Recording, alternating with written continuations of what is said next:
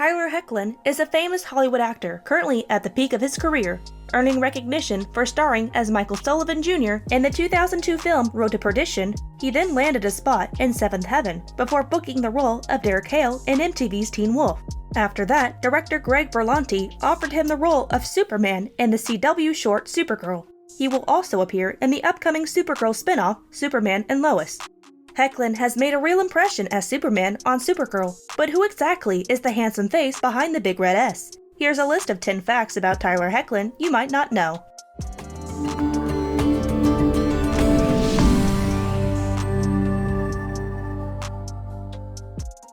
He started acting so he could buy video games.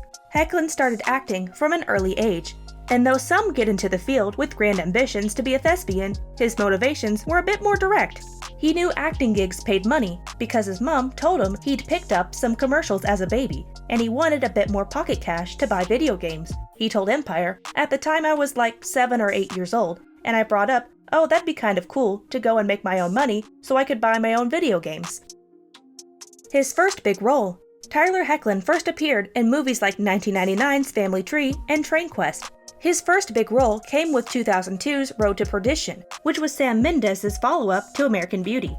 The movie followed Tom Hanks' hitman as he's forced to go on the road with his young son, played by Hoechlin, when his former boss targets the family. Hoechlin received critical acclaim for his performance in the movie, and he won several awards, including the Saturn Award for Best Performance by a Younger Actor.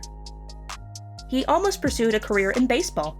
Hoechlin had been balancing baseball and acting since he was 9 years old, and was a talented baseball player for Arizona State University and then later UC Irvine. As his baseball career continued, he eventually realized that he was going to have to either give up acting or give up baseball. While at UC Irvine, he injured himself, and it made the decision a lot easier for him.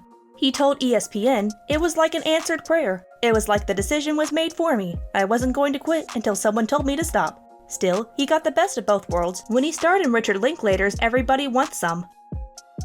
He turned down huge role. He was originally up for the role of Emmett in the highly successful Twilight franchise before Kellen Lutz made the cut, but decided to turn it down to pursue baseball. This was, of course, before he was sure which profession he wanted to ultimately pursue. He didn't even have to audition for Superman. It's typically a fierce battle to land a starring role as a superhero, but Hoechlin didn't even have to audition for his plum gig in Supergirl.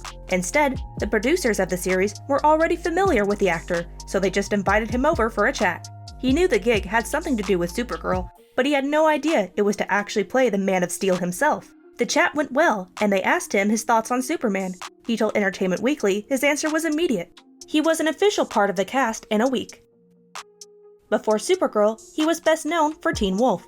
Before landing the Supergirl gig, Hoechlin was probably best known for his supporting role in MTV's Teen Wolf adaptation as Derek Hale. His character came a long way during that series, giving Hoechlin an opportunity to play a few different types along the way.